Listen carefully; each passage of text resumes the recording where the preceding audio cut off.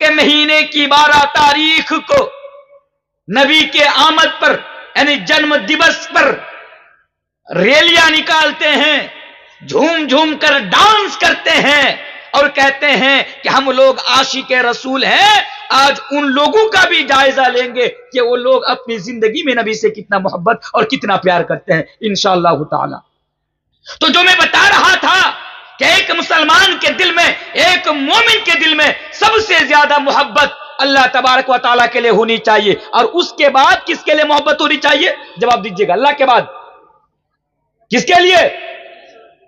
محمد صلی اللہ علیہ وسلم کے لیے محبت ہونی چاہیے، اور یقیناً ہونی چاہیے۔ بھئی اس نبی کے لیے ہمارے دل میں محبت کیوں نہ ہو؟ مائیں بہنیں، اس نبی کے لیے آپ کے دل میں محبت کیوں نہ ہو؟ جو نبی، جو رسول، اللہ اکبر، اللہ تبارک و تعالیٰ کی طرف سے ملنے والی نعمتوں میں سے سب سے عظیم نعمت ہے، سب سے بڑی نعمت ہمارے لیے ہمارے آخری رسول جناب محمد رسول اللہ صلی اللہ علیہ وسلم ہے۔ کتنی بڑی نعمت ہے، اب اس بات سے اس کا اندازہ لگا سکتے ہیں۔ اور لوگوں، اللہ تبارک و تعالیٰ کی بے شمار نعمتیں ہمارے اوپر ہیں، اللہ تبارک و تعالیٰ کی بے شمار احسانات ہمارے اوپر ہے، لیکن اللہ تبارک و تعالیٰ نے کبھی ان نعمتوں کا احسان نہیں جتلایا۔ اور لوگوں، اللہ تبارک و تعالیٰ ہمیں 2 ہاتھ دیے، لیکن اللہ نے کبھی اس بات کا احسان نہیں جتلایا کہ لوگوں اے میرے بندو میں نے تمہیں 2 ہاتھ دیے، اللہ ہمیں 2 پیر دیے جس کے ذریعے سے ہم اور آپ چلتے ہیں، لیکن میرے بھائیوں غور کیجئے اللہ تبارک و تعالیٰ نے کبھی اس کا احسان نہیں جتلایا۔ ہاں لوگوں، اللہ تبارک و تعالیٰ نے ہمیں یہ 2 آنکھیں دی جس کے ذریعے سے ہم اور آپ پوری دنیا کا نظارہ دیکھتے ہیں، پوری دنیا کو دیکھتے ہیں، لیکن اللہ تبارک و تعالیٰ نے کبھی اس کا احسان نہیں جتلایا۔ وہ کلیا چوک والوں، وہ پساس ٹولہ کے مردوں عورتوں، آپ نے کبھی یہ جاننے کی کوشش کی کہ یہ جو 2 آنکھ اللہ تبارک و تعالیٰ ہمیں اور آپ کو دیے، یہ 2 آنکھ اللہ تبارک و تعالیٰ کی کتنی عظیم اور کتنی بڑی نعمت ہے؟ بس میں اس سے یہ ثابت کرنا چاہوں گا کہ نبی ہمارے لیے کتنی بڑی اور کتنی عظیم نعمت اللہ تبارک و تعالیٰ کی طرف سے ہے۔ وہ لوگوں، یہ آنکھ اللہ نے دی، کبھی پر کبھی احسان نہیں جتلایا۔ اسی طرح اللہ تبارک و تعالیٰ بیان فرماتا ہے وَإِن تَعُدُّوا نِعْمَةَ اللَّهِ لَا تُحْصُوهَا، اللہ تبارک و تعالیٰ کی بے شمار نعمتیں اور بے شمار احسانات ہمارے اوپر ہیں، لیکن اللہ نے کبھی احسان نہیں جتلایا۔ لیکن جب باری نبی کریم جناب محمد رسول اللہ صلی اللہ علیہ وسلم کی آئی، لیکن جب اللہ تبارک و تعالیٰ نے نبی کریم جناب محمد رسول اللہ صلی اللہ علیہ وسلم کو دنیا کے اندر بھیجا تو فرمایا لَقَدْ مَنَّ اللہ علی المؤمنین اذ بعث فیہم رسولا من انفسہم یتلو علیہم آیاتی ویزکیہم ویعلمہم الکتاب والحکمہ۔ اللہ فرماتا ہے کہ میں نے مومنوں کے اوپر بہت بڑا احسان کر دیا۔ اور لوگوں غور کیجئے، لقد من اللہ علی المؤمنین، میں نے مومنوں کے اوپر یہ بہت بڑا احسان کر دیا کہ میں نے تمہیں میں سے تمہارے اندر رسول کو بھیج دیا۔ تو پتہ کیا چلا کہ نبی کا آنا ہمارے لیے اللہ تبارک و تعالیٰ کی طرف سے سب سے بڑی نعمت ہے۔ تو ظاہر سی بات ہے اس نبی کے لیے ہمارے دل میں محبت ہے یا نہیں ہے؟ اور ایک حدیث یاد رکھیے گا، حدیث کیا ہے؟ اگر کوئی آدمی نبی سے محبت نہ کرے، اگر ہمارے دل میں نبی کریم جناب محمد رسول اللہ صلی اللہ علیہ وسلم کے لیے محبت نہ ہو تو کیا ہم مسلمان ہو سکتے ہیں؟ کیا ہم مومن ہو سکتے ہیں؟ اللہ کے نبی بیان فرماتے ہیں لا یؤمن احدکم حتی اکون احب الیہ من والدہ وولدہ والناس اجمعین۔ نبی نے یہ کلیئر کر دیا۔ وہ لوگوں اس حدیث کو سننا اور اپنے دل کے اوپر ذرا ہاتھ رکھ کر سوچنا کہ اب تک تمہارا ایمان مکمل ہوا ہے یا نہیں ہوا ہے، اب تک تم مومن ہوئے ہو یا نہیں ہوئے ہو۔ نبی فرماتے ہیں لا یؤمن احدکم حتی اکون احب الیہ من والدہ وولدہ والناس اجمعین، کہ ایک آدمی اس وقت تک مسلمان نہیں ہو سکتا، ایک آدمی اس وقت تک مومن نہیں ہو سکتا جب تک کہ وہ سب سے زیادہ مجھ سے محبت نہ کرنے لگے۔ حدیث سے ہمیں کیا مسئلہ ثابت ملا؟ حدیث سے نبی کہتے ہیں کہ اگر ایک انسان سب سے زیادہ اپنی اولاد سے زیادہ اپنے ماں باپ سے زیادہ والناس اجمعین پوری دنیا سے زیادہ اگر وہ نبی سے محبت نہ رکھے تو وہ کبھی مومن نہیں ہو سکتا، وہ مسلمان نہیں ہو سکتا۔ لیکن ہاں یہاں پر ایک سوال پیدا ہو سکتا ہے، وہ سوال کیا ہے؟ مولانا تنویر صاحب، اب آپ یہ بتائیے کیا ہمارے دل میں ہماری جان سے بھی زیادہ نبی کریم جناب محمد رسول اللہ صلی اللہ علیہ وسلم کے لیے محبت ہو؟ ہاں میرے بھائیوں، آؤ ایک حدیث رسول میں آپ کے سامنے بیان کر کے جاتا ہوں۔ حضرت عمر، نام سنا ہے آپ نے کبھی؟ حضرت عمر کا نام سنے ہیں، لیکن حضرت عمر کے بارے میں آپ نہیں جانتے ہیں، نہیں جانتے آپ عمر کے بارے میں۔ میرے بھائیوں، حضرت عمر کون؟ صحابی رسول، ہماری طرح بیڑی پینے والا صحابہ نہیں۔ اور لوگوں، حضرت عمر ہماری طرح اور آپ کی طرح سگریٹ پینے والا مسلمان نہیں، وہ تو جلیل القدر صحابہ ہیں۔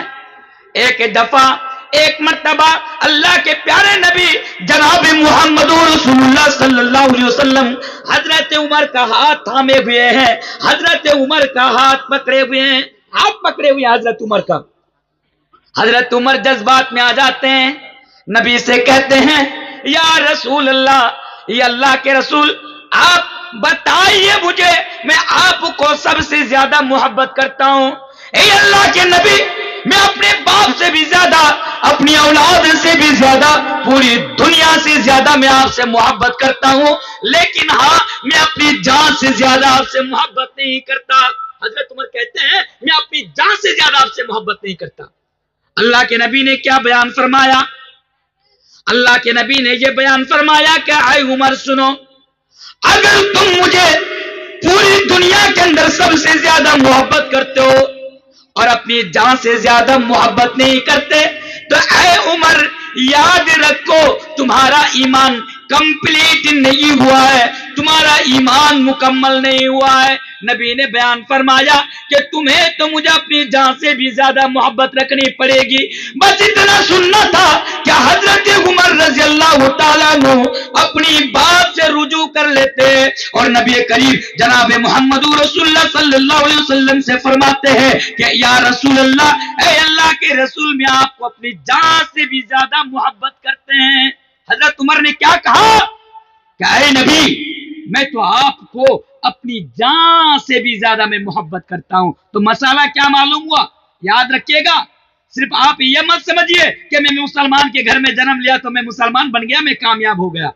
آپ یہ نہ سمجھے کہ میرا باپ مسلمان، میرا دادا مسلمان، میں مسلمان کے گھر میں پیدا ہوا تو میں روز قیامت کے دن کامیاب ہو جاؤں گا۔ میرے بھائی ایسا نہیں ہے۔ اگر کامیاب ہونا ہو تو آپ کے دل میں اپنی جان سے بھی زیادہ، ہمیں اپنی جان سے بھی زیادہ نبی اکرم جناب محمد رسول اللہ صلی اللہ علیہ وسلم سے محبت رکھنی پڑے گی۔ ایمانداری کے ساتھ بتائیے، آج ہم اور آپ نبی سے محبت رکھتے ہیں؟ سوال کا جواب دیجئے گا، نبی سے محبت کرتے ہیں کہ نہیں کرتے ہیں؟ اگر ضرورت پڑی نبی کے لیے جان دے سکتے ہیں کہ نہیں دے سکتے ہیں؟ جان دے سکتے ہیں؟ ذرا ہاتھ اٹھائیے تو صحیح۔ نبی کے لیے جان دے سکتے ہیں؟ ہاتھ اٹھائیے تو صحیح۔ وہ لوگ بھی ہاتھ اٹھا رہے ہیں جن کے چہرے پر ابھی تک داڑھی نہیں ہے، وہ بھی ہاتھ اٹھا رہے ہیں۔ یہ مذاق ہو رہا ہے دین کے ساتھ، یہ مذاق نہیں تو کیا ہے میرے بھائی؟ آپ نبی کے لیے جان تو دے سکتے ہیں، لیکن نبی کے لیے آپ داڑھی نہیں رکھ سکتے، نبی کے لیے آپ بیڑی نہیں چھوڑ سکتے، نبی کے لیے آپ سگریٹ نہیں چھوڑ سکتے۔ کیا یہ محبت ہے؟ میرے بھائی یہ محبت نہیں ہے۔ تو پھر محبت کیا ہے؟ انشاءاللہ میں آگے آپ کو جواب دوں گا، لیکن میں ہر جگہ اس بار ایک مثال دیتا ہوں۔ آج بھی وہ مثال میں آپ لوگوں کے سامنے دے کر جا رہا ہوں۔ یہ بساس ٹولہ کے لوگ بیڑی پیتے کہ نہیں پیتے؟ بیڑی پیتے ہیں؟ یار میں سنا ہوں کہ کلیا چوک کے لوگ، بساس ٹولہ کے لوگ بہت امیر ہوتے ہیں، بیڑی پیتے آپ لوگ؟ بھائی سگریٹ پیا کیجئے۔ بولے انشاءاللہ آج کے بعد سگریٹ پیوں گا، انشاءاللہ نہیں بولیں گے؟ ایک نوجوان مجھ سے کہتا ہے کہ مولانا صاحب، یہ کیوں بول رہا ہوں آپ کو بھی پتا چلے گا، بول رہا ہے کہ مولانا صاحب